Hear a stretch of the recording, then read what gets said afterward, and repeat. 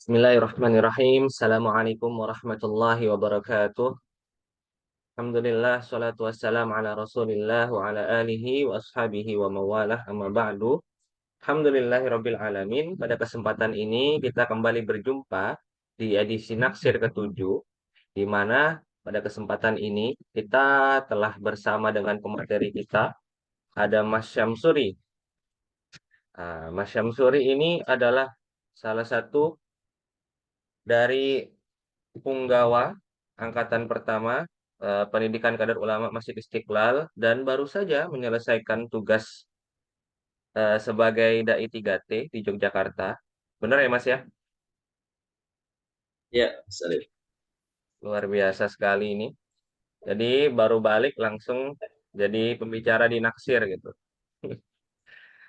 Nah, beliau akan menyampaikan tema di mana ini adalah penelitian terakhir beliau, tepatnya tesisnya, yang akan berbicara mengenai dialektika Al-Quran dan budaya patriarki, perspektif historis humanistik Muhammad Talbi. Jadi beliau akan berbicara tentang dua hal tentunya. Pertama, tentang perdebatan atau dialektika antara Al-Quran dan budaya patriarki. Lalu kedua, beliau akan melihatnya dengan menggunakan kacamata historis humanistik yang dikonstruksi oleh Muhammad Talbi. Hal ini tentu menarik ya. Jadi biasanya kalau kita berbicara soal eh,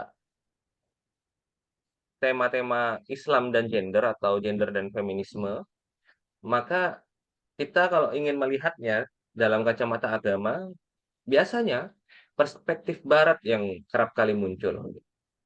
Tapi kali ini beliau cukup berbeda. Beliau menggunakan perspektif timur untuk melihat perdebatan-perdebatan yang sebenarnya dimulai karena gerakan-gerakan yang dibangun oleh barat seperti itu.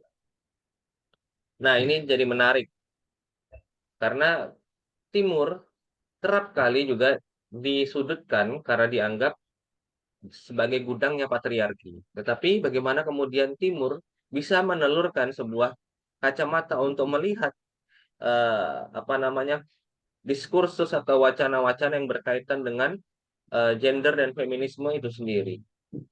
Nah, ini mungkin juga salah satu bagian dari upaya dekolonisasi ya, jika kemudian pembacaan ini tuh ternyata relevan dan tentu dan juga ternyata mampu untuk memperlihatkan bahwasanya Islam punya perspektif sendiri dalam berbicara mengenai permasalahan ini.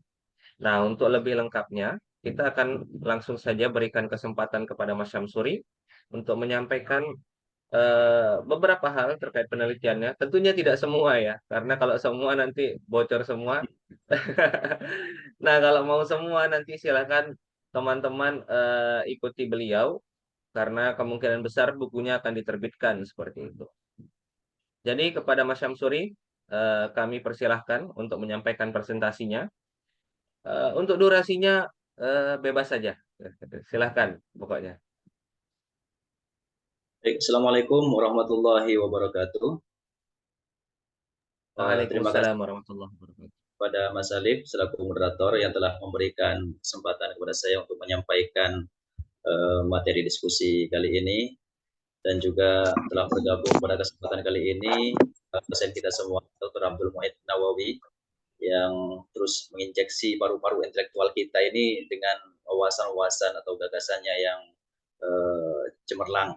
Salah satu tesis yang saya tulis ini karena inspirasi juga dari beliau. Oke, sebelumnya saya share screen dulu ya, Mas Alif, untuk Baik, materinya. teman ya udah saya jadikan co-host itu. Oke, siap. Sudah tampil belum itu? Sudah tampil, sudah tampil.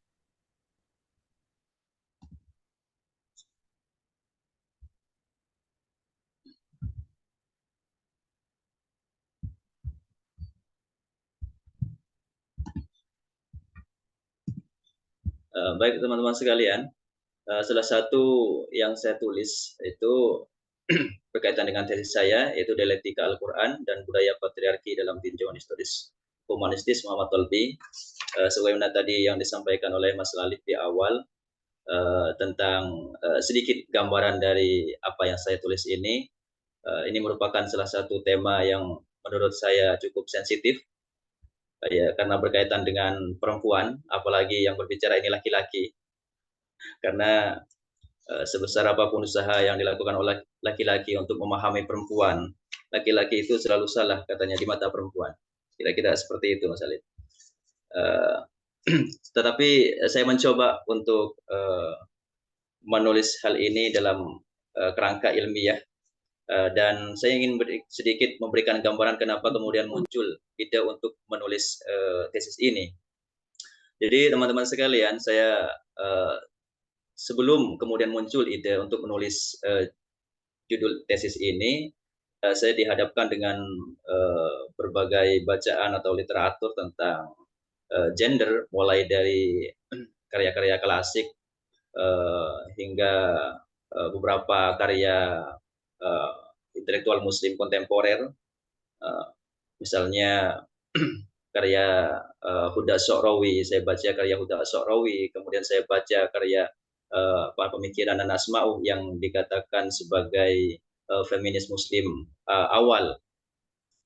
Tidak hanya itu, saya juga membaca beberapa karya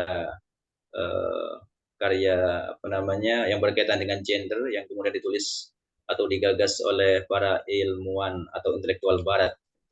Nah, dari bacaan-bacaan itu kemudian muncul suatu ide untuk kemudian membahas secara lebih jauh, karena saya melihat bahwa gagasan tentang kesetaraan gender ini masih menuai perdebatan yang cukup serius di kalangan akademisi, khususnya jika dikaitkan dengan ayat-ayat Al-Quran, gitu.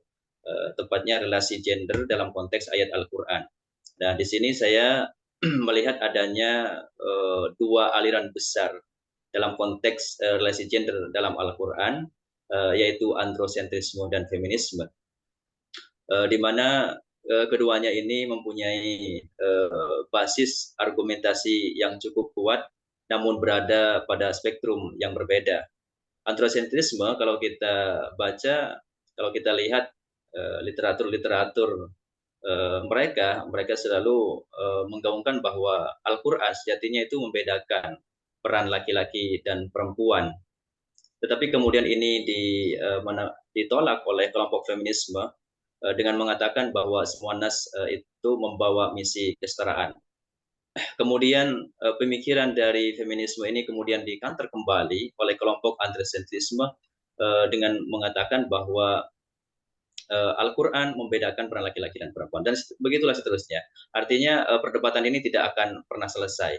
Dan ini kalau kita lihat bahwa kelompok androsentrisme itu jangan dikira mereka adalah para mufasir klasik, tetapi mufasir kontemporer juga bernuansa androsentrisme itu banyak.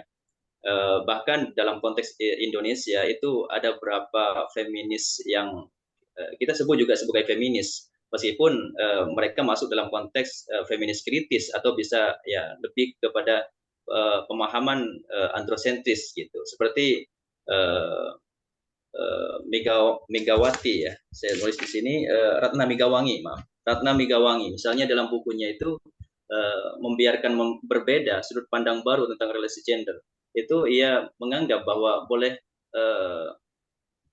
jadi kelompok feminis itu beranggapan bahwa secara de jure tidak ada perbedaan itu antara laki-laki dan perempuan, namun secara de facto pria dan perempuan itu memiliki perbedaan hormon yang sangat fundamental, yang itu akan berimplikasi pada perbedaan secara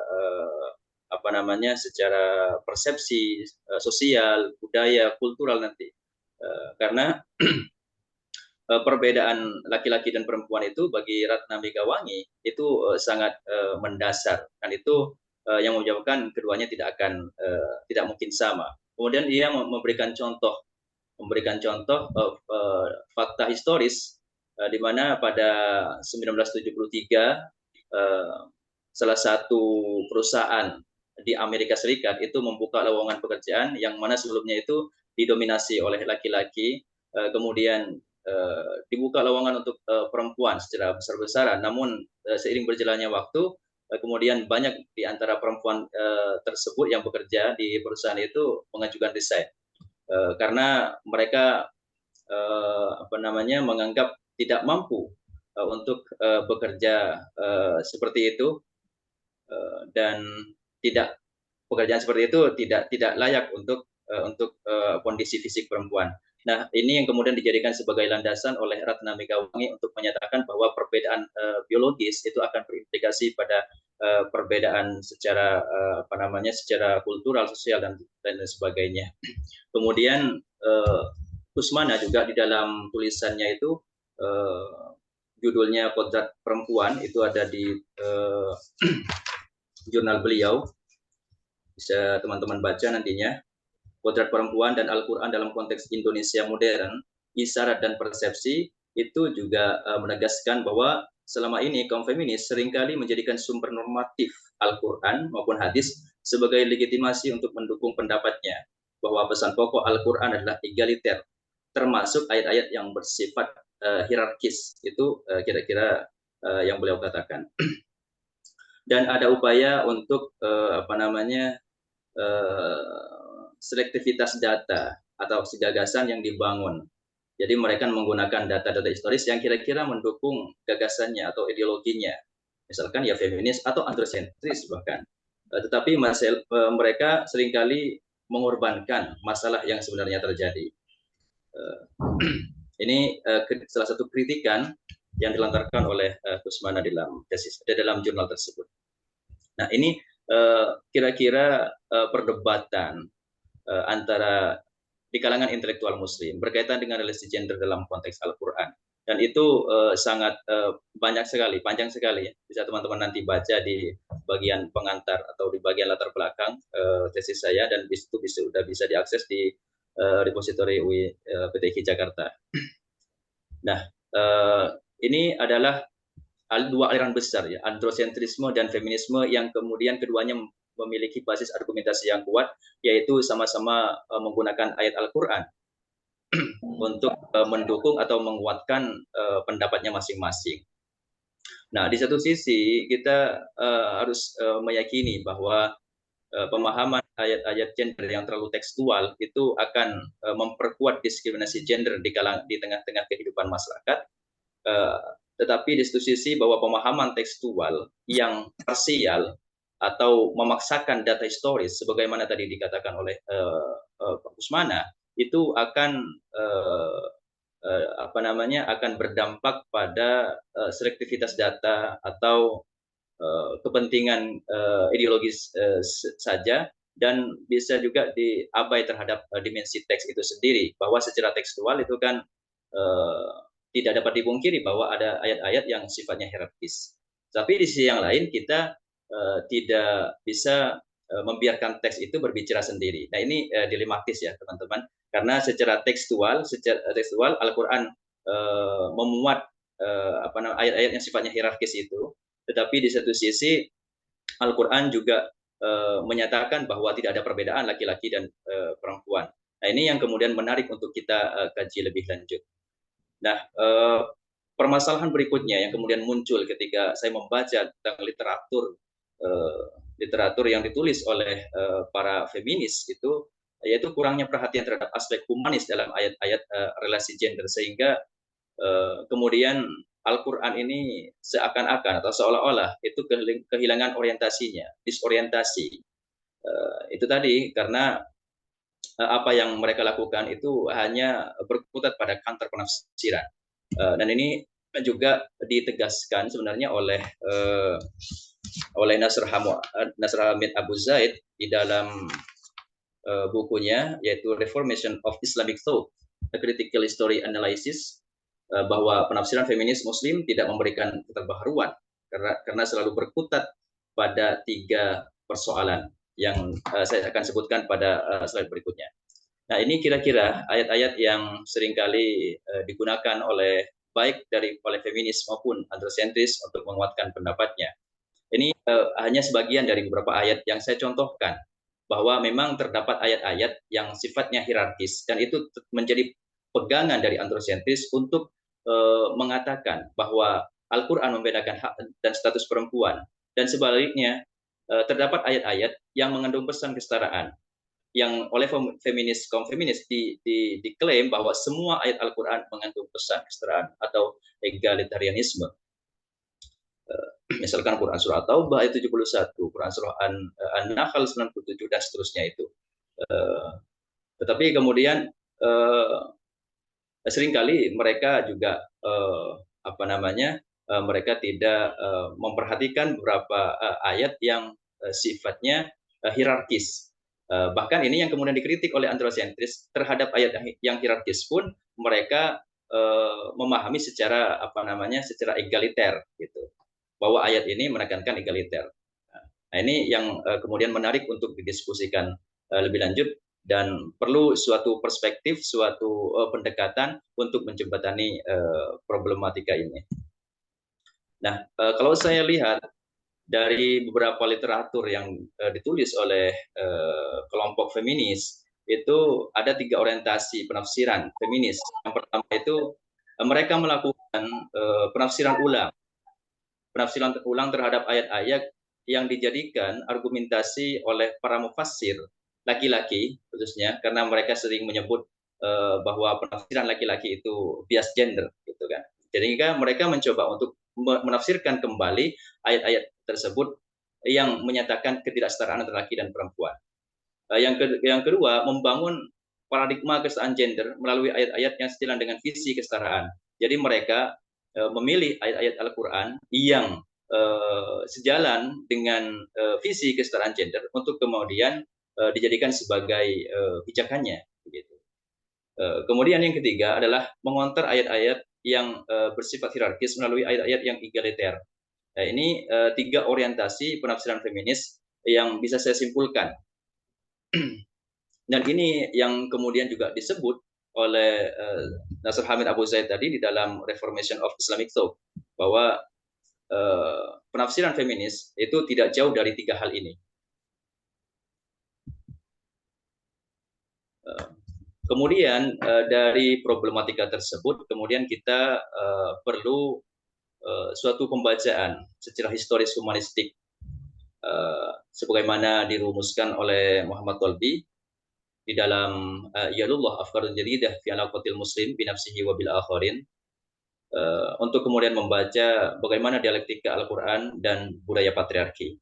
Nah, ini juga yang ingin saya singgung sedikit tentang budaya patriarki. Sementara ini kalau kita mendengar istilah budaya patriarki, itu terkesan bahwa istilah ini berkonotasi negatif, bahwa semua budaya patriarki ini menyebabkan diskriminasi atau alienasi terhadap perempuan.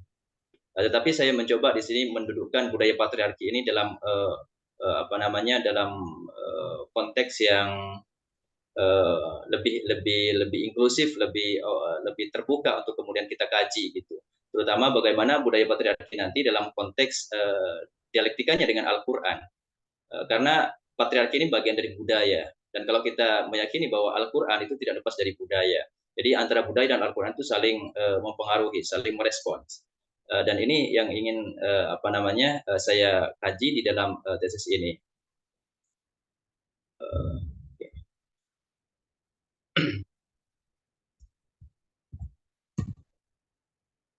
Nah, untuk menjawab persoalan tersebut, maka diperlukan sebuah metodologi penelitian. Untuk jenis dan sifat penelitian dalam tesis ini ialah qualitative research.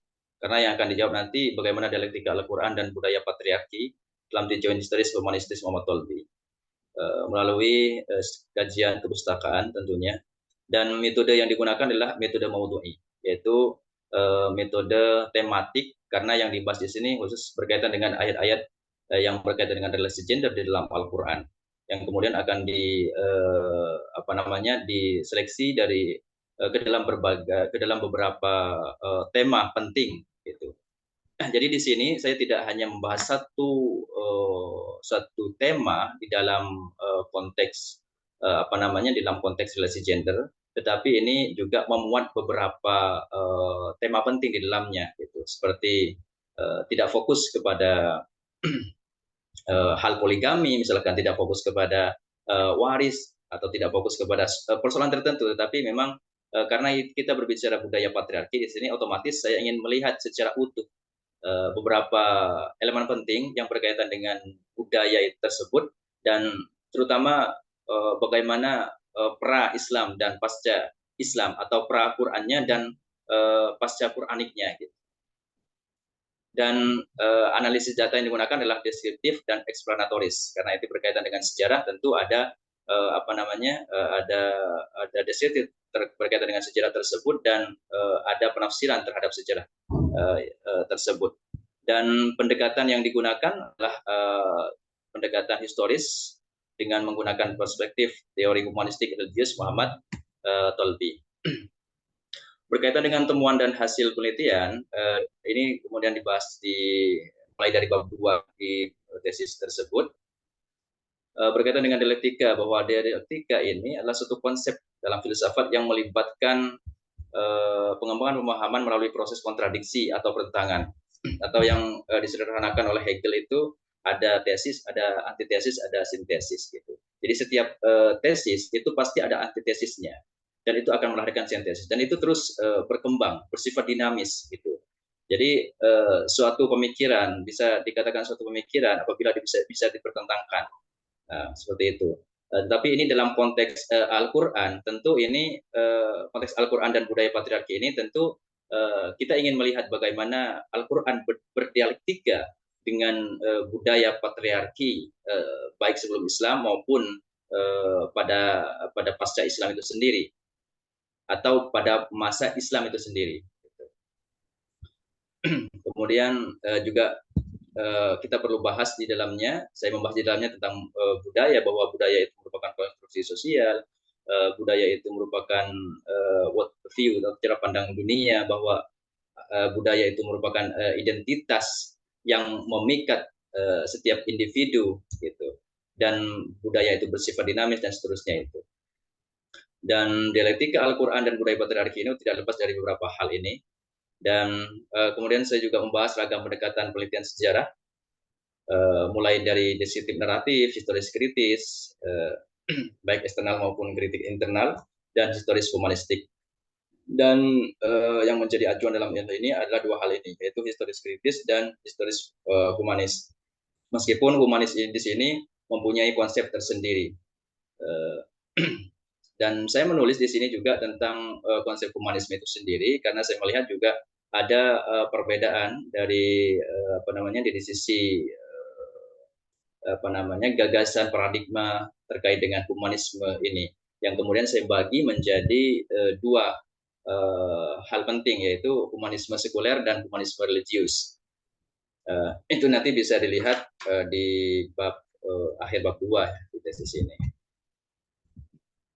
Kemudian untuk berikutnya, pemikiran Muhammad Tolbi. Nah, kita tahu bahwa Tolbi ini merupakan salah satu tokoh asal Tunisia, Afrika Utara, dan beliau pernah belajar di Sorbonne University Prancis dalam bidang sejarah. Jadi beliau ini merupakan sejarawan ya, asal Prancis, dan juga merupakan tokoh perbandingan agama, karena dilihat dari karya-karyanya itu banyak berkaitan dengan dua hal tersebut.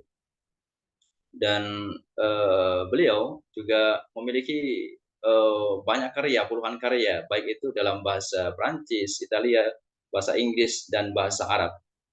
Salah satunya yang menjadi pijakan, yang menjadi objek penelitian dalam tesis ini adalah karyanya yang berjudul Iyadullah Aftarun Jadidah fi Alaqatil Muslim binafsihi wa bil akharin. Sekilas kalau kita lihat dari judul ini terkesan bahwa buku ini berkaitan dengan bagaimana relasi muslim dan non muslim, berkaitan dengan hubungan antar umat beragama, karena salah satu concern beliau aktif di pergerakan itu. Tetapi di dalamnya itu dibahas tentang suatu metodologi dalam konteks pembacaan teks keagamaan yang menurut saya itu cukup menarik untuk kemudian kita kaji dan kita gunakan di dalam membedah atau di dalam menganalisis berbagai problematika yang berkaitan dengan nas gitu. karena di dalamnya yang membahas tentang qiraatun nusus ad-diniyah. Qiraatun nusus ad-diniyah, pembacaan teks keagamaan yang bagi menjadi dua hal penting, yaitu historis dan humanistik, tarikhiyah dan insaniyah atau unasiyah. Jadi beliau menggunakan insaniyah atau unasiyah gitu. Nah, sebenarnya insaniyah atau unasiyah ini dibahasakan juga oleh Tolbi sebagai qiraah maqasidiyah. Jadi inti dari qiraah maqasidiyah itu ya insaniyah ini, humanistik. Dan yang saya lihat bahwa historis yang digagas oleh Muhammad Tolbi itu meniscayakan dua hal penting, yaitu qoblat tanzil dan ma ba'da tanzil, pra pewahyuan dan pasca pewahyuan. Ini saya kira yang yang baru dari Muhammad Tolbi, bahwa ia menginginkan suatu pembacaan yang objektif terhadap sejarah, terhadap historis, meskipun di satu sisi ia juga mengakui bahwa subjektivitas itu pasti ada, tetapi ia mengkritik beberapa sejarawan yang terkesan mengenyampingkan tugas penting sebagai seorang sejarawan, yaitu untuk mengungkapkan sisi kemanusiaan itu, sisi humanisme itu. Makanya ia di dalam bukunya mengatakan, inna tarikh syai'un 'azimun fil hadarah wa huwa aktsaru ulumil insan ihtimalan wa huwa aktsaru ulumil insan 'alal insan fi nafsil waqti. Sejarah adalah sebuah fenomena besar dalam peradaban manusia.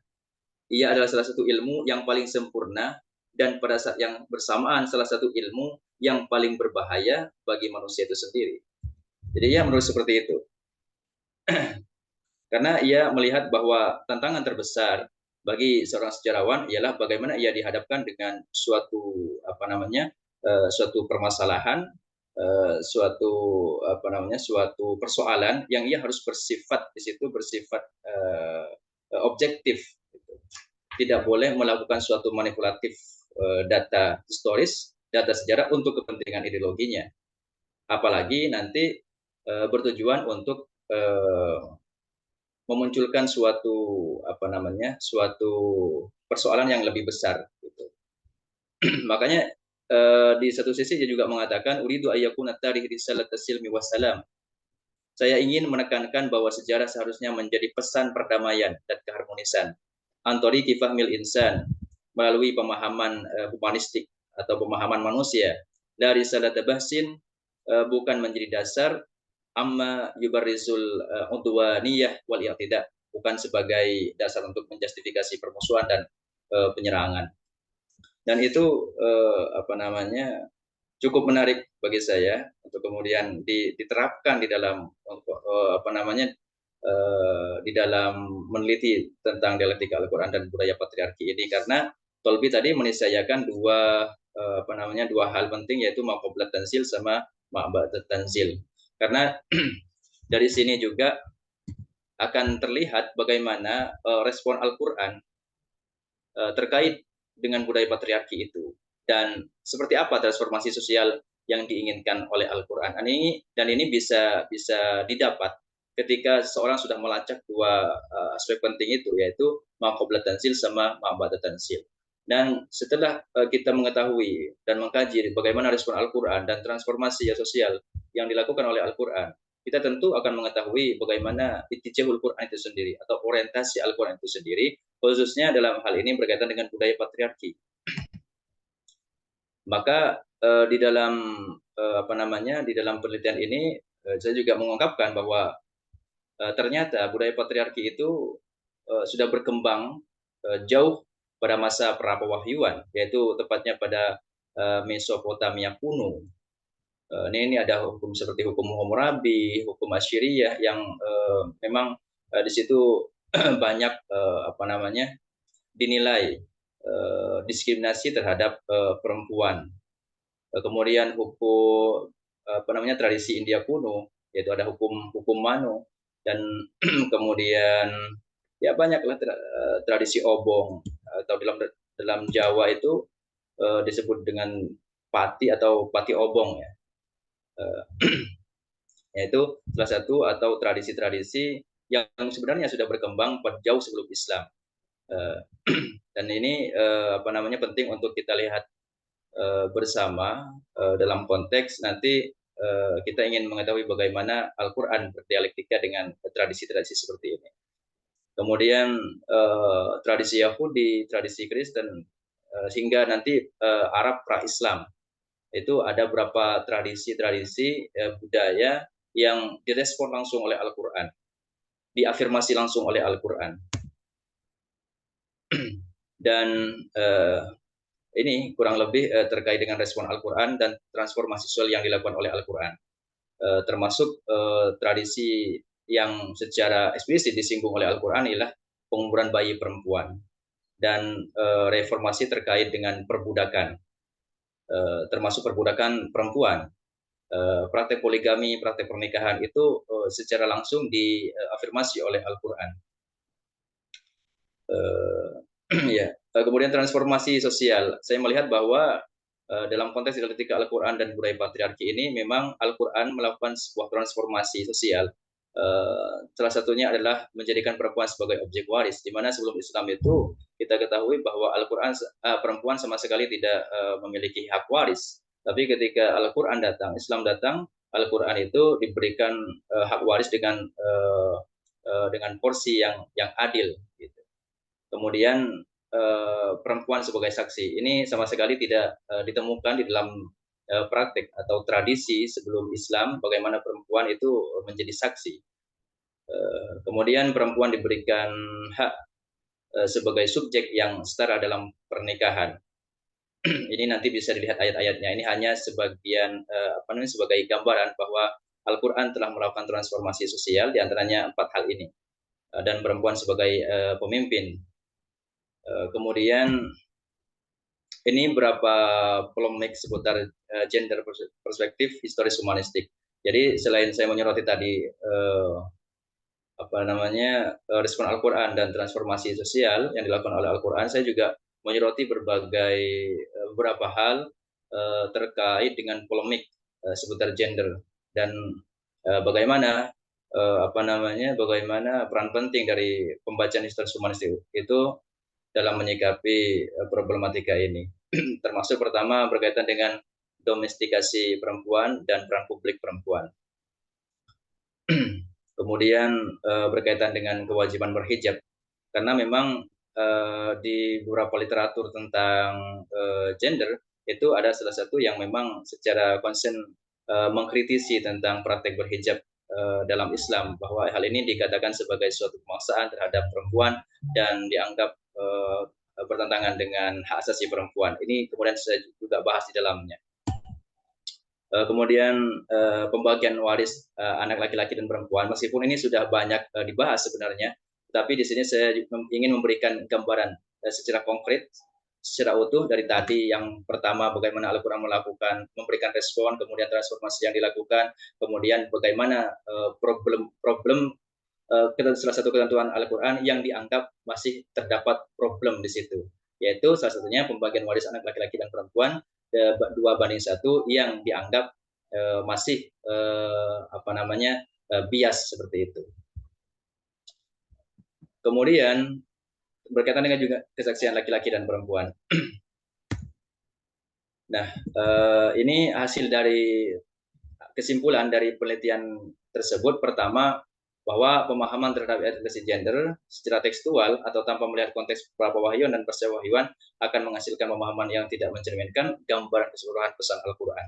Jadi tadi apa yang dikatakan oleh Nasr Hamid Abu Zaid, apa yang dikatakan oleh Kusmana, dan kemudian apa yang dikhawatirkan oleh beberapa feminis kritis terkait dengan hal ini akan terjawab dengan menggunakan perspektif Muhammad Tolbi tadi, saya kira. Kemudian 3 orientasi Al-Quran. Jadi dengan menggunakan perspektif Muhammad Tolbi itu tadi dalam mengkaji Al-Quran dan budaya patriarki, saya melihatnya ada 3 orientasi Al-Quran di situ, atau disebut dengan itijahul Quran. Dalam konteks budaya patriarki, pertama rejection atau ar-radd. Ar-radd itu penolakan secara totalitas berkaitan dengan budaya patriarki. Jadi ada budaya patriarki yang memang ditantang keras oleh Al-Quran. Kemudian reduction atau reduksi. atau taklil dalam istilah apa namanya agamanya gitu. Atau reduksi berkaitan dengan budaya patriarki yang dinilai.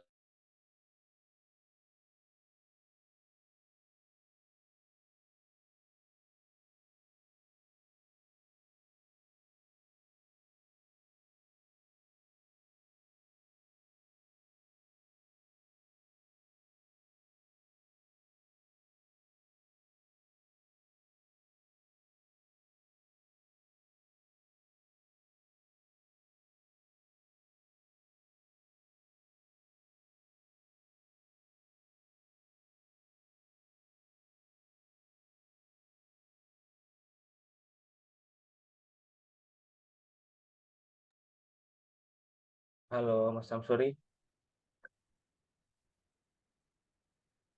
Wah, Mas Samsuri sepertinya terlempar. Kira saya tadi. Oke, kita tunggu dulu beliau bergabung lagi.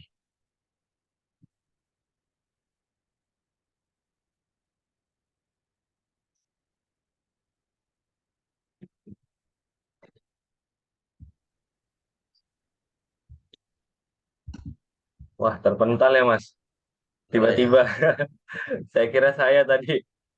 Tadi di iya, poin terakhir, Mas. Di poin terakhir kesimpulannya. Mungkin itu bisa diulang. Tadi berhenti di sana. ya. Eh, di dalam kesimpulan tesis ini saya menyebutkan ada 3 orientasi Al-Quran di situ, berkaitan dengan dialektikanya dengan budaya patriarki. Yang pertama itu rejection atau kita sebut sebagai arud, penolakan secara totalitas berkaitan dengan budaya patriarki yang dinilai oleh Al-Quran itu bertentangan dengan cita kemaslahatan, dengan cita kemanusiaan itu sendiri. Kemudian yang kedua adalah at-taklil, reduction. Al-Quran melakukan reduksi terhadap budaya-budaya patriarki yang berlebihan. Kemudian yang ketiga adalah reception. Artinya ada budaya patriarki yang memang oleh Al-Quran itu diterima sebagai sebuah budaya yang diakomodir dalam Islam dan dinilai tidak bertentangan dengan cita kemanusiaan.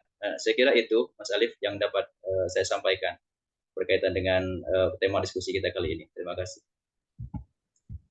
Oke, terima kasih Mas Samsuri. Luar biasa sekali ya penelitiannya. Sudah diceritakan dari A sampai Z, meskipun masih ada beberapa hal yang mungkin kita tidak dapatkan informasinya secara holistik, tetapi itu nanti kita bisa baca langsung dari buku beliau tentunya. Oke, ada beberapa hal yang menurut saya menarik untuk didiskusikan kembali ya teman-teman. Misalnya seperti inspirasi ya. Jadi tadi menarik ya kalau kita melihat tiba-tiba beliau mengambil Muhammad Tolbi, yang Muhammad Tolbi itu punya namanya Qiraah Unasiyah, yang kemudian disamakan dengan Qiraah Maqasidiyah. Tentunya ini menarik bahwasanya Muhammad Tolbi yang lahir di Afrika Utara atau di Tunis itu iya merupakan daerah di Afrika Utara, itu merupakan daerah yang terkenal dengan apa namanya mazhabnya ya, yang tidak hanya Maliki tetapi juga terkenal dengan pengembangannya terhadap nalar-nalar usuli baru termasuk maqasid gitu.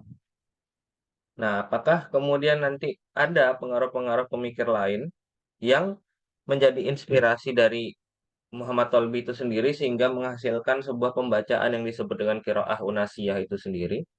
Ataukah justru misalnya dia mendapatkan inspirasinya itu dari Barat karena tadi S3-nya di Sorbonne ya, itu menarik menurut saya. Dan juga tadi Mas Syamsuri sudah memperlihatkan bahwasanya dengan menggunakan Muhammad Tolbi, kacamata Muhammad Tolbi, dia bisa menyimpulkan ada 3 hal yang dilakukan Quran untuk apa namanya berdialek dengan budaya patriarki. Tadi ada apa namanya eh, ada arrotu, ada redaksi, dan yang terakhir tadi saya lupa, kayaknya tadi ada yang diterima atau dipakai ulang seperti itu. Oke, itu saja teman-teman sekalian. Jika masih penasaran, tentunya harusnya penasaran ya terhadap penelitian Mas Samsuri, bisa mengangkat tangan ataupun menuliskan pertanyaannya di kolom komentar. Ya, mau tanya pertanyaan ataupun responnya di kolom komentar begitu.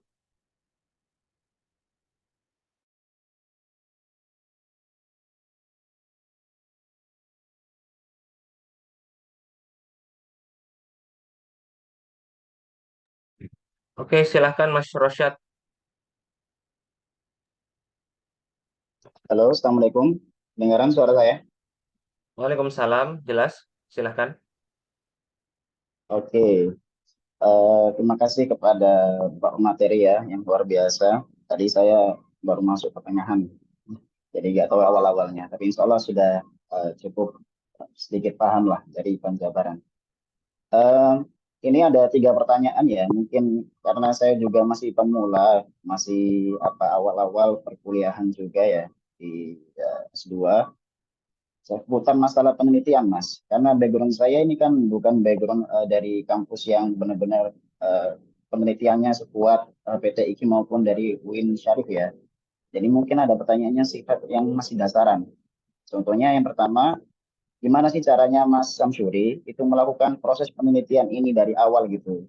Kan ini kajian Maudhu'i, berarti sesuai dengan kaidah Maudhu'i, kemudian kok bisa ngambil teori dari Muhammad Tolbi itu bagaimana untuk bisa melakukan penelitian? Alurnya seperti apa gitu? Kalau teman-teman Mas mau membuat penelitian seperti ini tuh, cari dulu ayatnya atau cari dulu teorinya, terus gimana cara menerapkan teorinya gitu loh.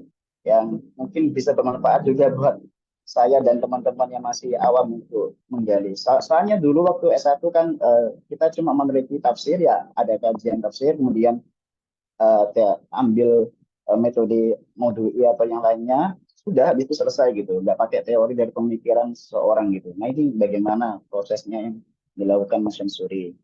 Itu yang pertama. Yang kedua, pendapat Mas Syamsuri di mana pandangan Mas terkait orang yang meneliti, seorang akademisi meneliti Islam tapi menggunakan teori dari pemikiran Barat. Itu yang kedua. Yang terakhir, bagaimana caranya kita untuk bisa mengekstrak teori pemikiran dari ulama-ulama yang non akademis, Mas? Contohnya seperti semisal ada kajian dari Abu Ya Said Al-Maliki gitu tentang kajian tentang Quran, baik itu secara tekstual maupun eh, apa secara tekstualis tulisan atau karya-karya beliau atau melalui ceramah-ceramah beliau untuk bisa dijadikan teori pemikiran gitu yang bisa kita gunakan untuk misalnya buat penelitian atau dibuat kacamata dan pisau analisis gitu. Ya, terima kasih. Oke, terima kasih Mas Rosyad atas pertanyaannya.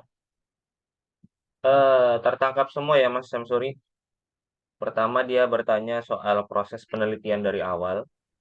Jadi tentunya ya memang ini tidak lazim kalau kita merujuk kepada teman-teman di S1, terutama meskipun IAT, tapi kalau nggak dari UIN Jogja ataupun dari UIN Jakarta, atau yang tidak dekat dari kedua universitas tersebut, biasanya kalau penelitian yang namanya itu udah tematik, dalam tanda kutip, bakal menggunakan modelnya Al-Qarmawi, seperti itu. Nah, tapi ini kok beda gitu. Nah, itu yang menarik. Terus yang kedua, akademisi Islam pakai teori berat, itu gimana kalau menurutnya Mas Samsuri? Jadi, oke. Dan yang ketiga, sebenarnya ini pertanyaannya lebih umum ya, tiga itu.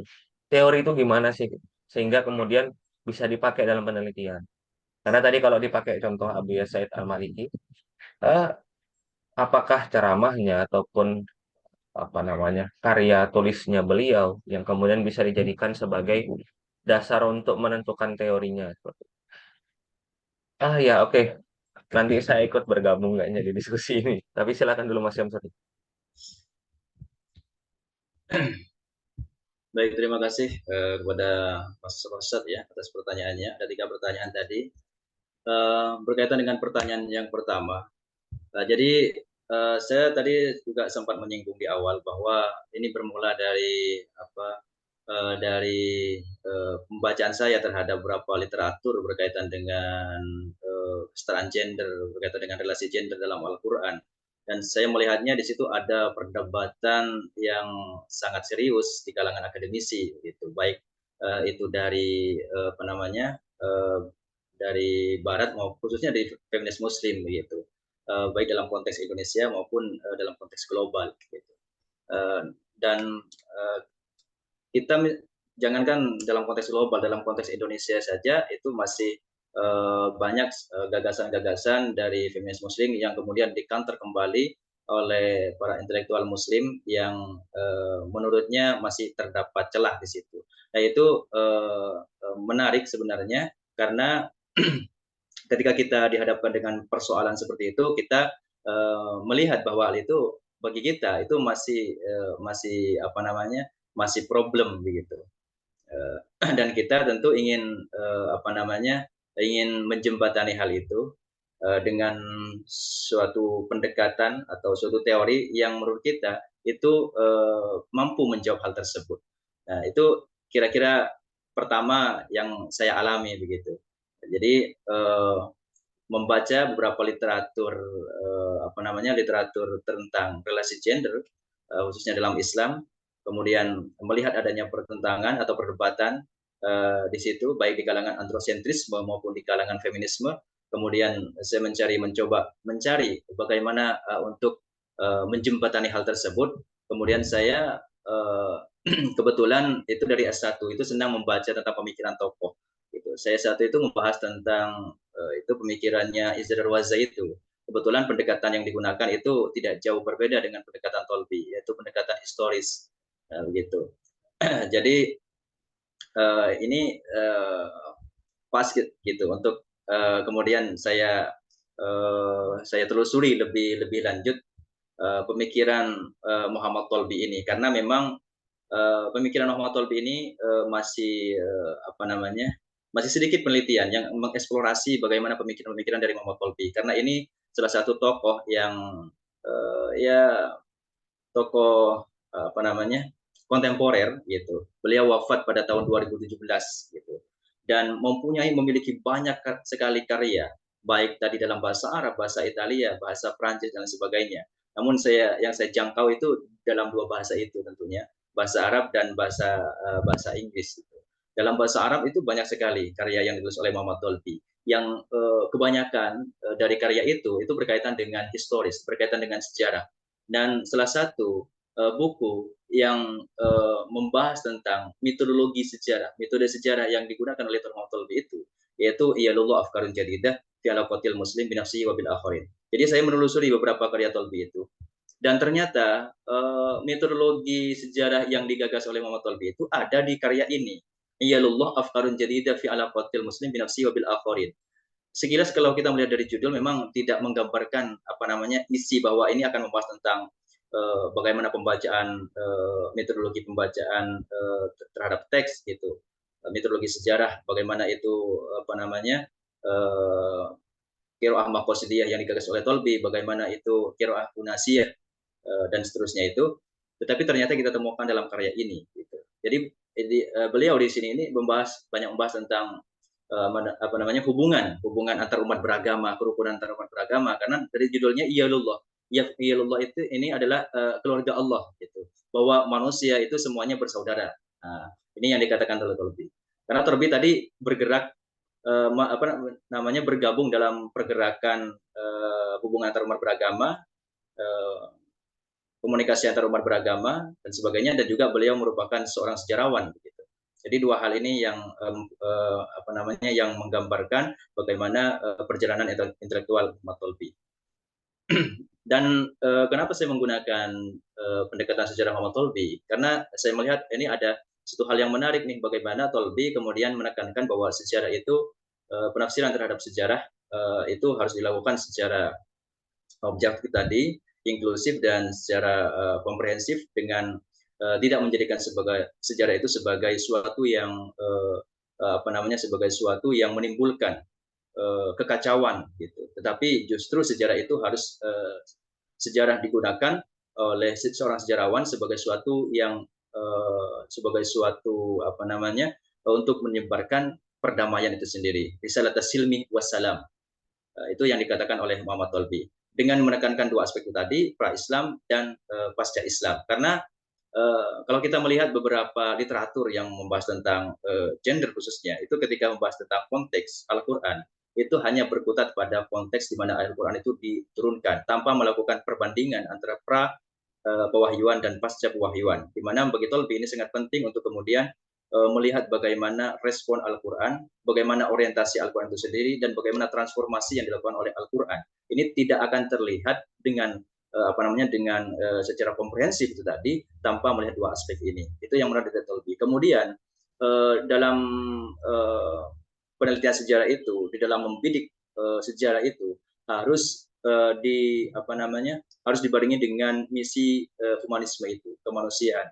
Jadi humanisme ini bukan tujuan akhir menurut Tolbi, tetapi ini adalah epistemologi untuk melacak lebih awal bagaimana sejarah itu, bagaimana perjalanan sejarah itu, bagaimana sejarah itu berkaitan dengan atau mengungkapkan peradaban manusia. Nah, itu harus dibarengi dengan pendekatan-pendekatan humanisme seperti itu.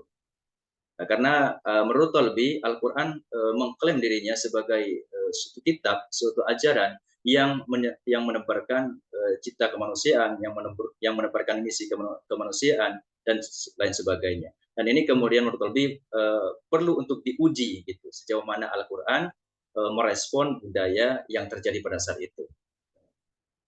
Saya kira itu. Kemudian untuk pertanyaan yang kedua, saya kira bahwa pemikiran-pemikiran dari kalangan intelektual Muslim itu pasti ada irisannya dengan pemikiran dan pemikiran gagasan dari para intelektual Barat, dan bisa juga sebaliknya begitu.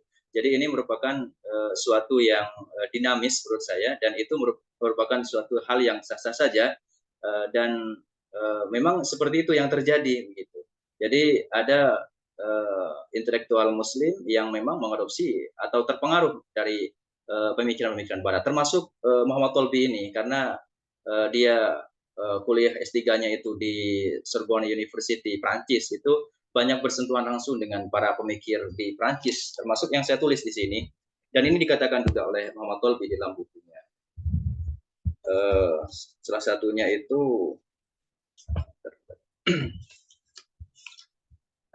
salah satunya itu yang tokoh yang berpengaruh bagi Tolbi, ini dikatakan oleh Tolbi, adalah Voltaire, kemudian Jean-Paul Sartre, kemudian susah-susah namanya ya, Jacques Douglas.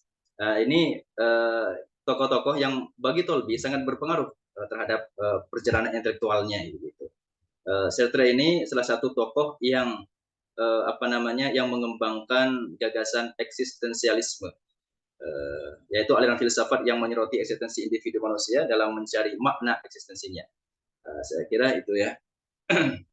Dan kemudian aliran ini berkembang sebagai reaksi terhadap pemikiran rasionalisme dan empirisme yang mendominasi pemikiran Barat pada saat itu. Saya kira itu untuk pertanyaan yang kedua, semoga menjawab. Kemudian yang terakhir, cara mengekstrak pemikiran-pemikiran dari para tokoh yang sebenarnya tidak berada dalam wilayah akademisi, tetapi memiliki banyak karya seperti tadi disebutkan Buya Muhammad Alwi Al-Maliki. Nah, itulah tugas kita sebagai akademisi untuk kemudian mengekstrak kajian-kajian atau karya-karya yang ditulis oleh yang ditulis oleh para intelektual Muslim, untuk kemudian kita bawa ke ranah akademisi dengan dengan memberikan sentuhan atau memberikan nuansa yang ilmiah, yang bisa diterima secara ilmiah begitu. Karena apa yang ditulis oleh karya-karya ulama terdahulu sebenarnya bukan tidak ilmiah, tetapi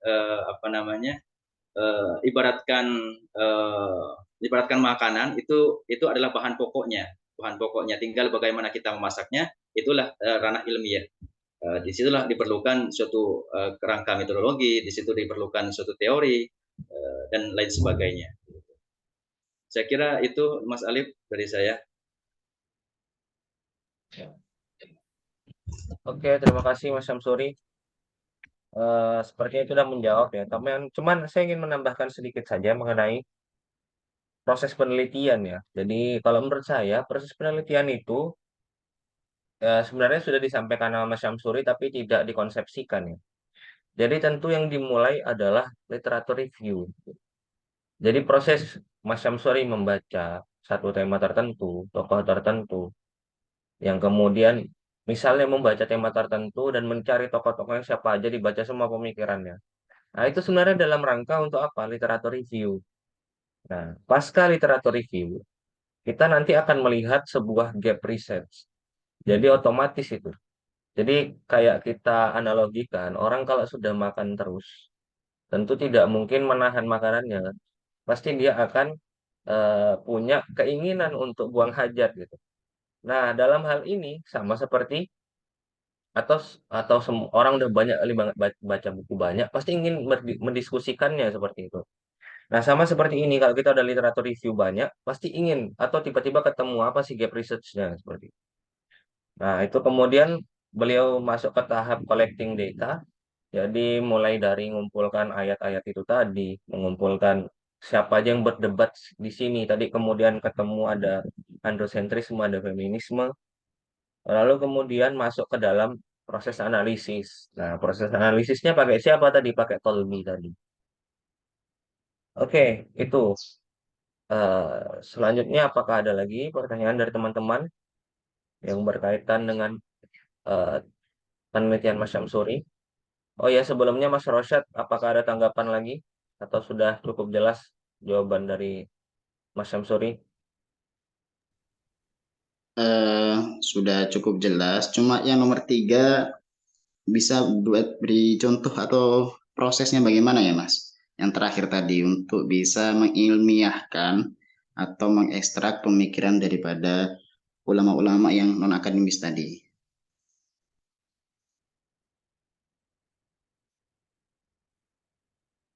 Ya, terima kasih. Oke, terima kasih. Coba Mas Syamsuri. Ya, sebagaimana tadi saya singgung sedikit tentang hal itu. Ya, kalau kita baca literatur-literatur yang berkaitan dengan karya-karya ulama, ya, artinya ulama yang kita anggap itu di luar akademisi misalkan, itu tentu kita akan mengetahui perbedaan antara karya yang ditulis oleh ulama tersebut dengan karya ilmiah yang kemudian kita baca, yang kemudian kita lihat begitu. Perbedaannya itu ya berkaitan dengan bagaimana kita mengkonsepsikan itu dalam kerangka ilmiah, yang bisa dipertanggungjawabkan secara ilmiah, rasionalitas, kemudian sistematis, seperti itu. Kemudian penelitian ilmiah itu erat dengan apa namanya, erat kaitannya dengan metodologi yang terstruktur, memang terstruktur dan memang itu suatu hal yang harus digunakan dalam konteks kajian ilmiah atau penelitian ilmiah gitu.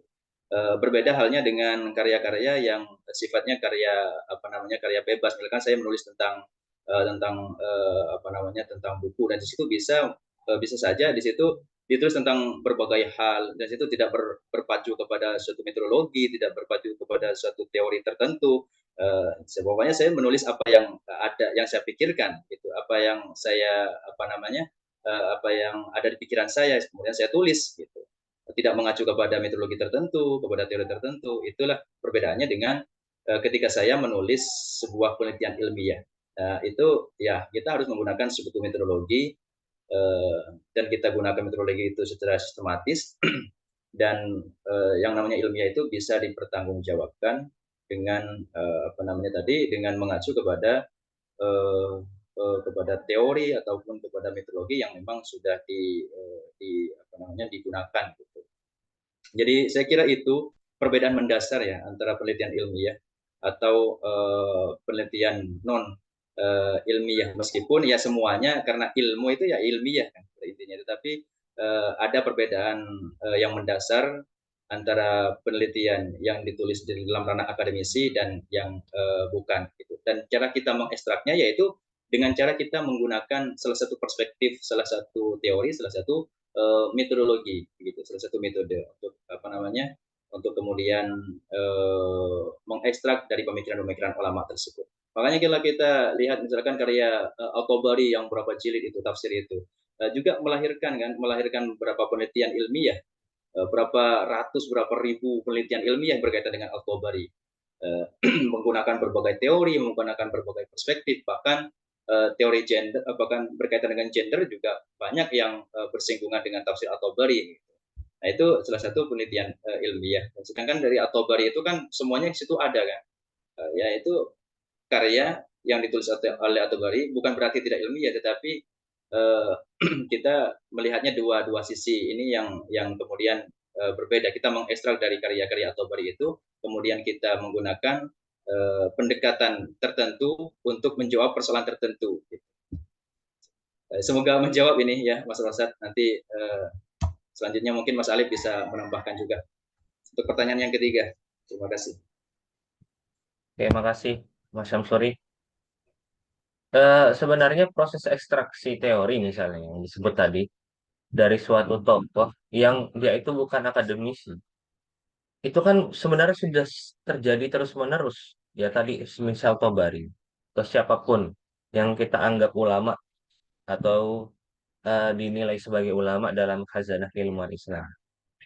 Eh, saat kita kemudian membaca beliau, kemudian membaca pemikirannya, lalu memetakan atau mengonsepsikan suatu pemikiran beliau dalam suatu tema tertentu, maka dalam hal itu kita sudah mengekstraksi teori dari orang yang kita baca atau dari beliau itu sendiri, seperti itu. Nah, jadi eh, dengan misalnya, ya kalau yang di S1 biasanya kan kajian tokoh. Nah, kajian tokoh misalnya, tokohnya itu bukan akademisi, tapi memang karyanya banyak. Dia punya banyak karya dalam, ya ini akademisi ini penting untuk dijelaskan dulu ya termnya ini sebenarnya. Jadi misalnya kalau kita disebut akademisi adalah orang yang belajar di universitas, artinya kita mengalienasi orang-orang yang tidak belajar di universitas sebagai akademisi.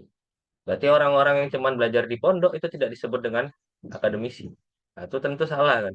Jadi di sini akademisi itu harus diperjelas dulu definisinya. Jadi akademisi kita anggap saja semua akademisi itu adalah semua orang yang belajar. Karena dia belajar, pasti dia berpikir. Karena dia berpikir, pasti dia akan menghasilkan pemikiran. Nah, karena dia menghasilkan pemikiran, jadi kita juga punya kesempatan untuk membaca pemikirannya. Saat kita membaca pemikirannya, lalu mendeskripsikan pemikirannya, dan menghasilkan konsepsi pemikiran dari orang yang kita baca itu, saat itulah kita sudah mengekstraksi sebuah teori seperti itu. Sudah mengekstraksi sebuah pemikiran, sebuah teori. Nah, jadi kalau kita terlalu kaku mengacu pada definisinya KBBI misalnya, jadi kalau teori itu adalah pendapat yang dihasilkan melalui penelitian dan penemuan yang didukung oleh argumentasi data sebagaimana berikutnya dan seterusnya itu. Nah, itu kalau teori didefinisikan terlalu kaku seperti itu, akhirnya penelitian kita juga kaku nanti jadinya. Jadi kita nggak bisa melihat, tidak bisa mengalir gitu. Bahkan dalam nulisnya pun nanti jadinya mekanistis gitu. Contohnya yang dulu sering saya temukan adalah teman-teman yang IAT khususnya yang belajar teorinya Fazlur Rahman yang double movement itu biasanya akan menerapkan teori double movement itu secara mekanistis dalam kajiannya. Jadi harus bandul ke belakang dulu misalnya. Nah, jadi di tulisannya nanti ditulis part 1 pencarian makna historis atau etiko-legal gitu. Nanti pencarian makna historis dulu pertama, terus pencarian etiko-legal. Habis itu yang ketiga eh, kontekstualisasi dan seterusnya itu. Jadi sangat mekanistis gitu, tidak mengalir. Tulisannya pun tidak terkesan sebagai tulisannya anak sosial humaniora, tapi lebih terkesan tulisan anak saintek seperti itu.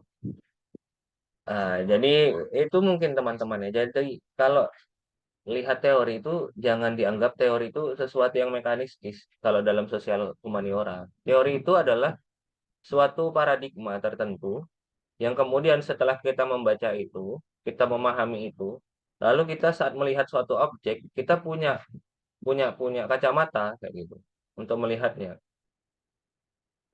Seperti itu aja. Jadi kemudian karena kita punya kacamata, saat kita melihatnya terus kita olah-olah, kita baca, kita punya kacamata lain misalnya. Kita punya kacamata lain, ya kita gabungkan. Jadi mengalir begitu saja, jangan terpaku gitu. Itu sih kalau menurut saya ya, cara memakai teori. Oke, teman-teman, ada lagi yang ingin bertanya? Oke, sama-sama. Mas Fauzi, izin nanya Mas, kalau model penelitian ini kira-kira bisa dipakai nggak untuk masalah kontemporer yang dulunya nggak ada? Misal gap generation. Mungkin Mas Fauzi bisa berbicara ya, saya nggak terlalu paham sih ini maksudnya. Ini Mas, kayak kalau sekarang kan ini ada apa namanya era digital kan, gap antara atau gap komunikasi antara orang boomer sama Gen Z kan apa ya, jauh banget tuh bedanya karena ada ini tadi apa, media. Nah ini kan dulu kan nggak ada nih kayaknya ya. Kayaknya ini belum ada nih gap generation ini di pra-Quran atau pasca Quran itu. Nah ini kira-kira kalau metode seperti ini bisa dipakai nggak ya?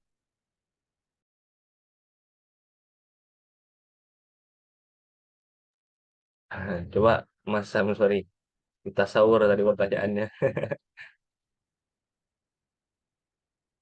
Menarik ya. Jadi ada gap generation kayak gitu.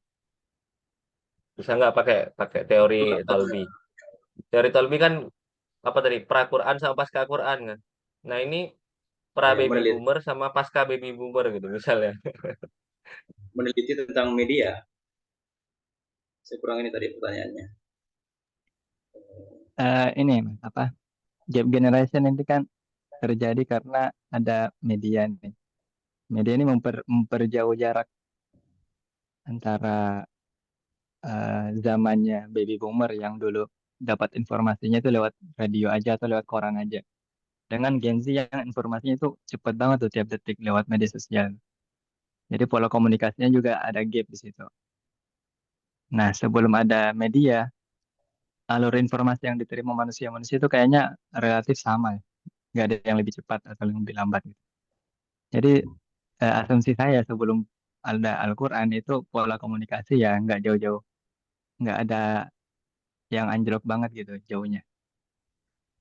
Nah ini bisa nggak dipakai kayak gitu tuh bedanya?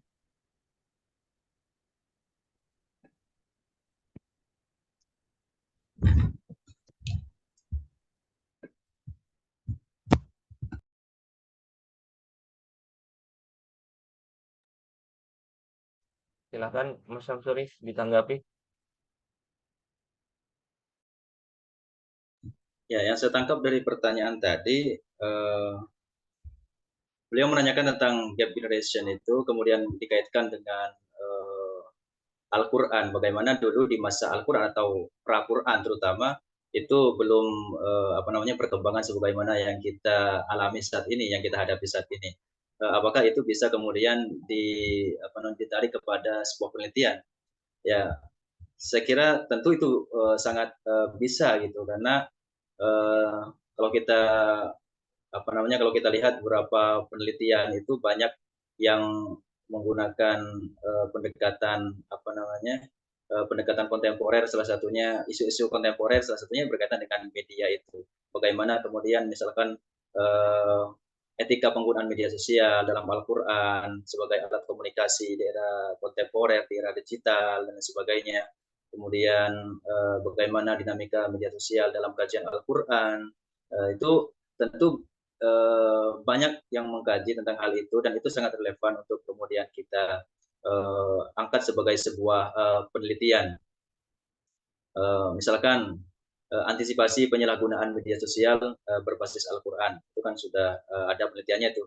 Nah, seperti itu ya itu sangat relevan sekali untuk kemudian kita jadikan sebagai sebuah penelitian.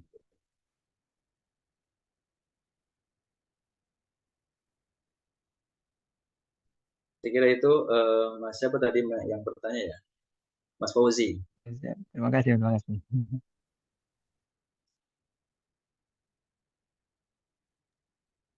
Baik, terima kasih. Apakah ada lagi?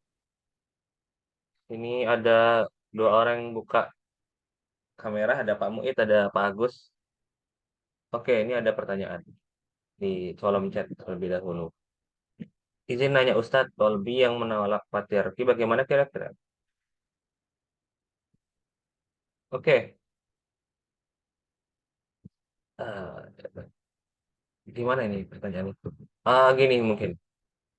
Sebenarnya Tolbi ini memang apakah secara real punya karya-karya yang menolak patriarki atau tidak gitu, Mas Syamsuri? Atau Mas Syamsuri hanya mengambil model berpikirnya saja gitu, model berpikirnya dalam mengkaji Quran saja, atau Tolbi sendiri pernah menyinggung persoalan patriarki ini sendiri atau tidak? Nah, terus kemudian ini pertanyaan yang kedua adalah bagaimana kemudian menjawab patriarki pada umumnya dengan merujuk pada penelitian Mas Syamsuri begitu. Nah, artinya ini ingin menempatkan penelitian Mas Syamsuri dalam dua peta besar tadi itu. Kan ada androsentrisme, ada feminisme gitu. Nah, ini Mas Syamsuri di mana nih menempatkan penelitian Mas Syamsuri begitu. Gitu. Silakan Mas.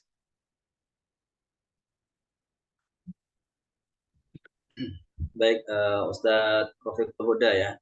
Jadi yang saya gunakan di sini adalah model berpikirnya Muhammad Tolbi. Jadi pendekatan yang dirumuskan oleh Muhammad Tolbi, yaitu historis humanistik, yang kemudian saya gunakan di dalam membidik persoalan Al-Quran, dialektika Al-Quran dan budaya patriarki, yang kemudian menyimpulkan bahwa dari dari pendekatan tersebut atau rumusan pendekatan yang dirumuskan oleh Muhammad Tolbi yang kemudian digunakan dalam menganalisis persoalan dialektika Al-Quran dan budaya patriarki ini menghasilkan kesimpulan bahwa ada 3 orientasi Al-Quran berkaitan dengan budaya patriarki. Yang pertama tadi sudah disebutkan bahwa yang pertama adalah ar-raddu. Ar-raddu penolakan secara totalitas terhadap budaya patriarki yang dinilai oleh Al-Quran itu sangat bertentangan dengan humanisme atau kemanusiaan atau maqasidus syariah. Kemudian yang kedua adalah reduction atau at-taqlil, yaitu budaya patriarki yang dinilai oleh Al-Quran dinilai berlebihan, tetapi Al-Quran tidak menolaknya, tetapi kemudian dilakukan at-taqlil, dilakukan sebuah reduksi terhadap budaya patriarki tersebut. Misalnya berkaitan dengan poligami. Poligami itu juga bersinggungan dengan beberapa tradisi sebelum Islam, yaitu beberapa tradisi pernikahan sebelum Islam itu saya sebutkan di situ. Kalau tidak salah ada 7 tradisi pernikahan sebelum Islam yang kemudian ditolak beberapa oleh Islam, tapi kemudian seperti budaya poligami itu kan kemudian tidak ditolak oleh Al-Quran, tetapi Al-Quran melakukan pembatasan begitu. Itu yang saya kategorikan sebagai at-taqlil. Kemudian ada reception atau at-tamsil. Jadi Al-Quran tidak menolak secara totalitas terhadap budaya patriarki dan tidak melakukan reduksi terhadap budaya tersebut, tapi menerima budaya tersebut sebagai bagian dari budaya yang dikehendaki oleh Al-Quran dengan catatan bahwa itu tidak bertentangan, tidak dalam prakteknya tidak bertentangan dengan humanisme itu sendiri. Saya kira itu jawabannya, Ustaz Taufik Huda. Oke, gimana Mas siapa tadi? Oh ya, Mas Rafiq. Siap. Saya mau melanjutkan. Pak, apa Pak Muid mau berbicara atau bagaimana? Saya ingin melanjutkan sedikit soal tadi teori sih sebenarnya. Oke, ini siapa nih? Oh, makasih Mas Legia. Dalam karya-karya Muhammad Thalbi, apakah terdapat kritik yang konkret terhadap institusi patriarki dalam masyarakat Muslim dan bagaimana dialektika Al-Quran dimanfaatkan untuk mendukung kritik tersebut? Ya, tadi sudah dijawab sebenarnya. Jadi, Thalbi sendiri tidak memiliki kajian terkhusus ya, kajian khusus yang untuk mendiskusikan perihal patriarki. Jadi Mas Syamsuri hanya mengambil cara berpikirnya saja. Tapi kalau pertanyaan kedua ini, ya pertanyaan kedua ini juga sebenarnya sudah termasuk tadi dari penjelasan Mas Syamsuri secara utuh begitu. Cuman kalau mau diulang, monggo Mas Syamsuri, mungkin ini tidak mendengar ya bagian itu tadi.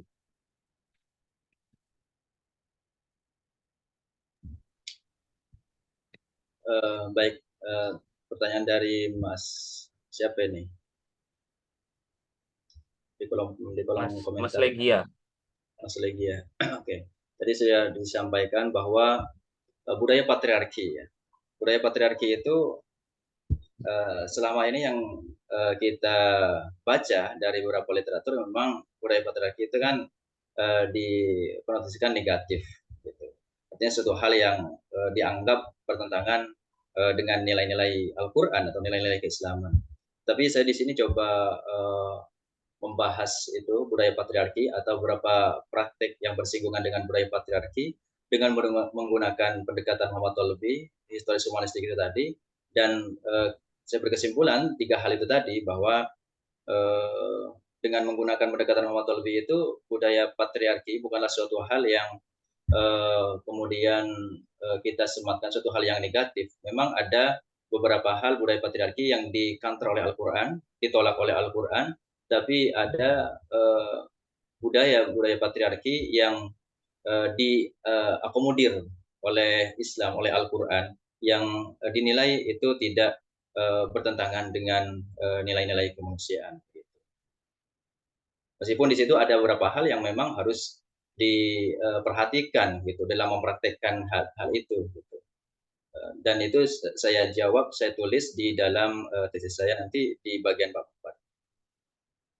Beberapa contoh praktek tadi yang saya sebutkan ya. Saya kira itu Mas Legi ya. Oke, terima kasih Mas Syamsuri tanggapannya. Saya ingin berbagi satu cuplikan layar. Tadi saya baru baca di Facebook. Jadi saya agak Facebook sekarang. Karena ikutin beberapa profesor yang aktifnya itu di Facebook gitu. Oke, ini tadi untuk Mas Rosyad ya, terutama yang bertanya soal teori gitu. Nah, ini misalnya ini pendapat dari Habib Haji, Prof. Haji, Prof. Ismail Fajri Alatas. Jadi bisa dilihat ya, gimana beliau itu memahami teori. Nah, itu satu, terus kemudian sebentar.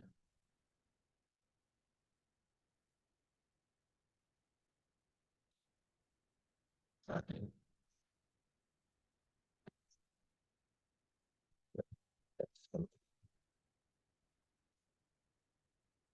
jadi kalau menurutnya Habib Haji itu, karena khususnya dia itu kajiannya etnografi ya. Nah, kajian etnografi itu tidak bisa kemudian, nah ini kadang kan kita kajian etnografi atau kajian kebudayaan, itu seringkali misalnya kayak kita pakai teori budayanya siapa gitu. Mungkin yang paling sering dipakai itu Kunchara Ningrat atau Kunto Wijoyo misalnya.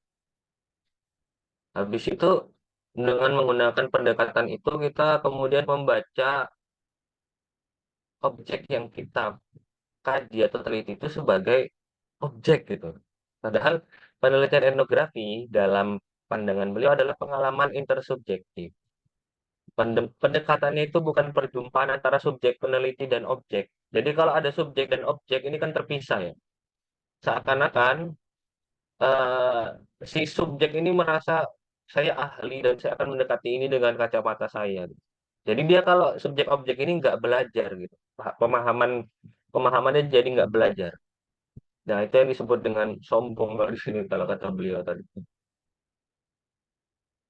Nah, ini kalau penelitiannya etnografi. Tapi penelitian etnografi kalau di kajian teks apakah bisa? Sama saja. Jadi ini misalnya, ini dari guru saya yang sedang di Chicago saat ini, S3. Bentar saya transfer ya.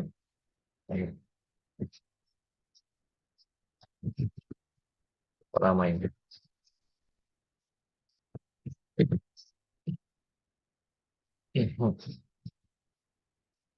Bentar dulu.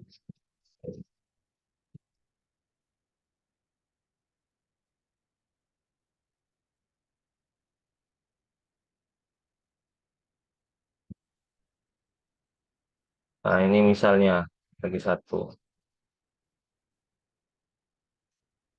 Nah, ini refleksi dari guru saya nih. Terlihat nggak ya? Lu kok hilang? Oh, bentar. Oke, terlihat ya. Nah, ini tadi refleksi beliau terhadap tulisannya Mas Aji tadi, apa Prof Aji tadi. Relasi subjek objek itu sama aja dalam teks pun juga begitu. Jadi jangan kemudian saat kita melihat teks kita mendikte teks gitu. Nah, itu teman-teman itu kemarin sudah banyak yang menulis ya. Pertama tulisannya Mbak Hani Fazlin yang soal tafsir Maudhu'i itu, atau tulisan tentang apa namanya, ya tulisan Mas Syamsuri termasuk juga yang kemudian mengomentari soal penggunaan apa adanya pendiktean ya terhadap teks Quran, karena dia itu sebelum mengkaji itu sudah memahami Quran itu egaliter. Jadi karena dia sudah dalam dalam mindsetnya bahwasanya Quran itu egaliter. Jadi kalau ada ayat Quran yang tidak egaliter, itu akan selalu diupayakan supaya pemahamannya egaliter. Bahkan sampai mendesakralisasi teksnya itu sendiri.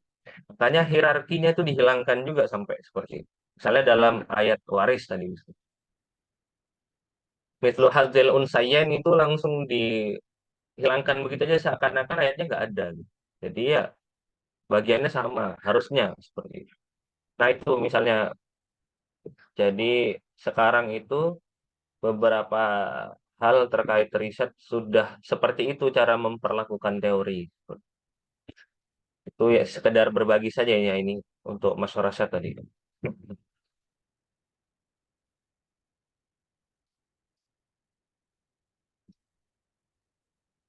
Oh iya, ini juga sudah dijawab tadi ya Mbak Legi.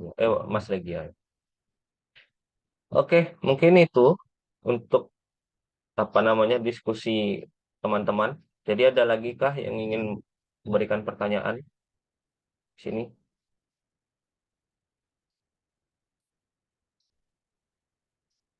Mas.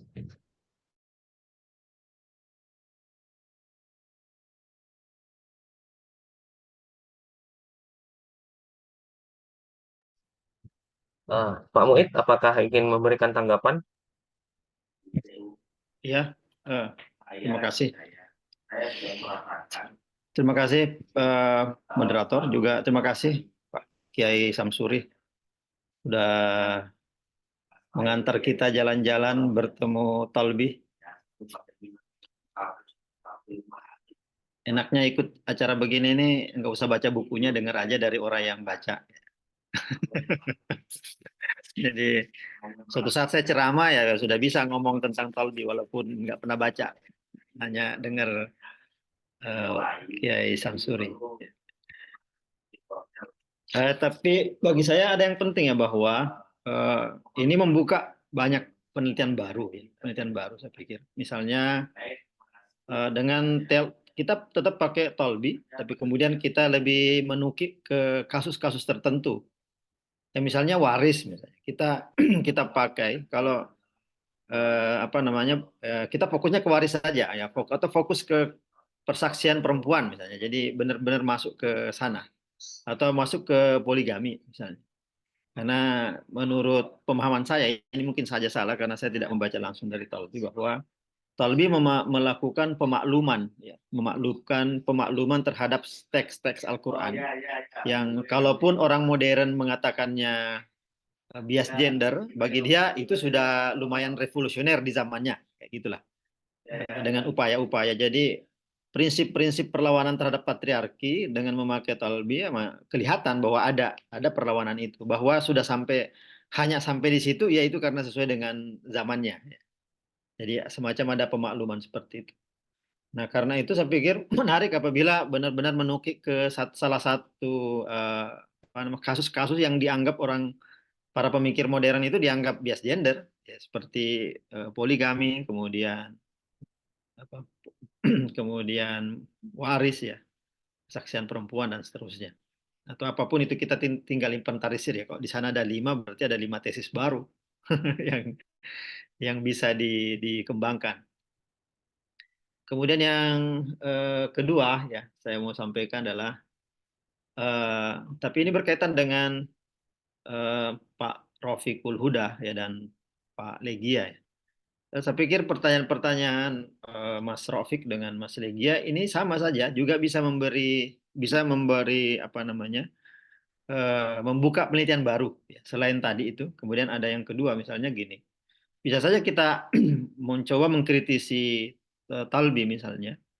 Ya, apakah dengan teori yang beliau bangun itu benar-benar ya kita menguji jadinya apakah benar-benar patriarki itu apa namanya bisa dikendalikan atau justru malah cara berpikirnya Tolbi itu malah mengukuhkan patriarki. Ya karena dengan kenyataan beliau melakukan pemakluman terhadap ayat-ayat yang secara tekstual memang terlihat bias gender gitu. Secara tekstual terlihat bias gender. Nah, bisa saja ada penelitian baru lagi seperti itu, ya, menguji ya tesisnya Tolbi. Atau kemudian tesis lain ya ingin bicara yang lain, misalnya mencoba meneliti genealogi pemikirannya Tolbi ya. Apa aja ya, kan dia kan sudah menyebut tokoh-tokoh kan, menarik kita lihat ya pengaruh tokoh-tokoh yang beliau sebut itu apa saja terhadap rumusan dia yang tentu saja tokoh-tokoh yang disebut itu tidak punya pemikiran tentang Al-Quran kan, seperti Sartre yang bicara tentang eksistensialisme, tapi saya pikir dengan percik pemikiran dari tokoh itu kira-kira apa yang mempengaruhi atau bagaimana Tolbi memungut ya puzzle dari kepingan-kepingan tokoh itu kemudian membentuk teori versi dia. Nah, artinya di sana kita bisa belajar bagaimana nanti suatu saat kita jadi tokoh seperti Tolbi juga. Jadi kita memungut siapa, memakai siapa, kita gabungkan menjadi sebuah gambar yang utuh, tapi dengan pemikiran kita sendiri. Saya pikir ya minimal ada berapa calon tesis baru ini yang bisa dikembangkan lewat apa namanya inspirasi dari diskusi hari ini. Nah, terakhir saya ingin menanggapi Ustadz Fauzi tadi. Ustadz Fauzi menarik juga saya pikir yang disampaikan oleh Ustadz Fauzi tadi. Ada perubahan apa namanya. Jadi ketika Al-Quran hadir, sudah ada otoritas-otoritas lain ya, ketika Al-Quran turun atau ketika Al-Quran hadir itu. Otoritas-otoritas itu macam-macam. Apakah waktu itu mungkin para kahin yang ada di zaman Rasulullah ya, atau kemudian para apapun. Tetapi ada satu yang menyamakan antara mereka, yaitu adanya satu otoritas yang diikuti. Ya, adanya satu otoritas yang diikuti. Dengan artinya Al-Quran berada pada posisi menggantikan otoritas yang lain, tetapi dalam aras yang sama-sama sebagai otoritas, ya, sebagai otoritas yang hadir. Ya. Kenyataan itu sudah tidak sama lagi dengan sekarang. Kenyataan sekarang otoritas itu hampir-hampir tidak ada. Ya. Otoritas itu mulai digoyahkan. Istilahnya misalnya matinya kepakaran itu kan sebenarnya hilangnya otoritas ya, mulai memudarnya otoritas.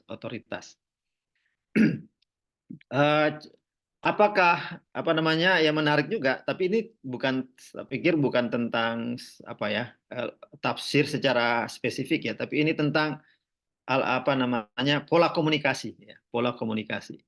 Ya kira-kira ya katakanlah kalau saya mengandaikan Al-Quran turun di zaman sekarang di era matinya kepakaran ya, ya saya pikir dengan pretensi Al-Quran itu hendak mengganti otoritas yang ada, saya pikir Al-Quran katakanlah ya, saya seandainya berpikir begitu, Al-Quran mungkin kesulitan. Ya, kenapa? Lebih mudah saya pikir mengganti otoritas baru dengan otoritas lama dengan yang baru karena masyarakat masih berada pada pemikiran yang sama. Mereka masing-masing memuja otoritas. Ya. Jadi dengan berpikir masih memuja otoritas sebenarnya lebih mudah untuk mengganti otoritas yang lama dengan yang baru. Ya. Karena cara berpikir masyarakat masih sama. Mereka masih memuja otoritas. Tinggal ganti otoritasnya saja.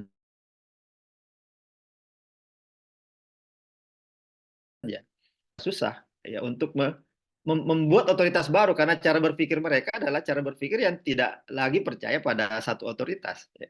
Mereka percaya pada banyak otoritas. Saya sering menyebutkan ini dengan demokrasi ekstrim ya. titik ekstrim di mana tidak ada otoritas. Setiap orang bisa mengatakan apapun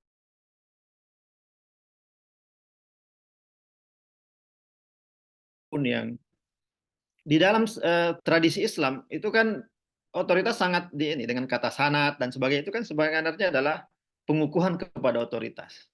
Sehingga apa namanya ada ungkapan, saya mungkin agak lupa ungkapannya, tapi kalau kalian tidak mau ya, kalau orang-orang sudah tidak malu, maka orang akan mengatakan apapun yang dia katakan.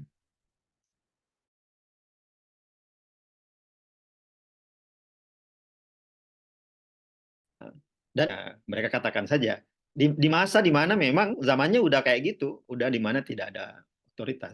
Jadi saya pikir apa namanya pertanyaannya Ustadz Fauzi ya bisa juga menjadi penelitian baru. Bagaimana seandainya ketika Al-Quran turun di zaman tidak ada otoritas, bagaimana cara komunikasi Al-Quran gitu kepada masyarakat yang tidak sama dengan di zaman itu. Saya pikir itu tanggapan dari saya. Ini banyak sekali calon tesis baru atau minimal makalah untuk apa namanya untuk IBI tafsir ya. Makasih. Iya, minimal tulisan untuk IBI tafsir minimal. Apalagi sekarang IBI tafsir di bulan ini memang sedang memprioritaskan artikel yang berbicara soal pemikiran tokoh ya yang berbicara mengenai tema-tema ulumul Quran serta mengonsepsi sebuah metode penafsiran. Jadi seperti yang misalnya Muhammad Tolbi yang sudah dilakukan oleh Mas Syamsuri, yang sudah diteliti Mas Syamsuri itu termasuk ya salah satu role model yang bisa dipakai teman-teman sekalian untuk kemudian menghasilkan tulisan yang sama dengan tokoh berbeda atau dengan tokoh yang sama tetapi dengan apa namanya hasil perenungan yang berbeda. Jadi bisa sangat sangat mungkin. Ya, jadi sangat mungkin orangnya yang dikaji sama, tetapi karena kita punya likulli ra'sin ra'yun, jadi akhirnya punya hasil perenungan yang berbeda-berbeda. Seperti itu. Oke, saya rasa untuk diskusi siang ini kita cukupkan dulu. Terima kasih tentunya kepada Mas Syamsuri yang telah memberikan penyampaian materinya dengan sangat baik. Jadi seperti yang tadi disebutkan Pak Muid, tanpa harus saya membuka karyanya Muhammad Thalbi yang Iyalullah tadi, Afkarun Jadidah, saya sudah tahu gitu isinya apa. Dan ini sudah ngasih saya puzzle baru yang nanti tinggal saya pasangkan dengan puzzle yang sudah saya punya untuk melihat hal baru lagi atau hal yang sama jadi kelihatan baru kayak gitu. Nah, itu cara sederhana menggambarkan bagaimana kita mengumpulkan bacaan atau mengumpulkan teori dan lalu menemukan gap riset dan menghasilkan riset baru seperti itu. Oke, itu untuk intermezzonya. Jadi sekali lagi saya ucapkan terima kasih kepada Mas Syamsuri atas presentasinya terhadap tema hari ini. Tentunya kami akan sangat senang jika melihat tulisan-tulisan Mas Syamsuri lagi di IBI Tafsir tentunya. Seperti beberapa bulan yang lalu. Sangat giat ya. Jadi itu saja dulu teman-teman. Dan juga terima kasih yang sudah memberikan pertanyaan serta tanggapan. Terima kasih Pak Muid sudah memberikan tanggapan terakhir. Allahul muwafiq ila aqwamit thoriq. Wassalamualaikum warahmatullahi wabarakatuh. Waalaikumsalam. Waalaikumsalam. Terima kasih Pak Oke. Muid. Masalah. Oke, terima kasih. Sampai jumpa lagi di hari Minggu.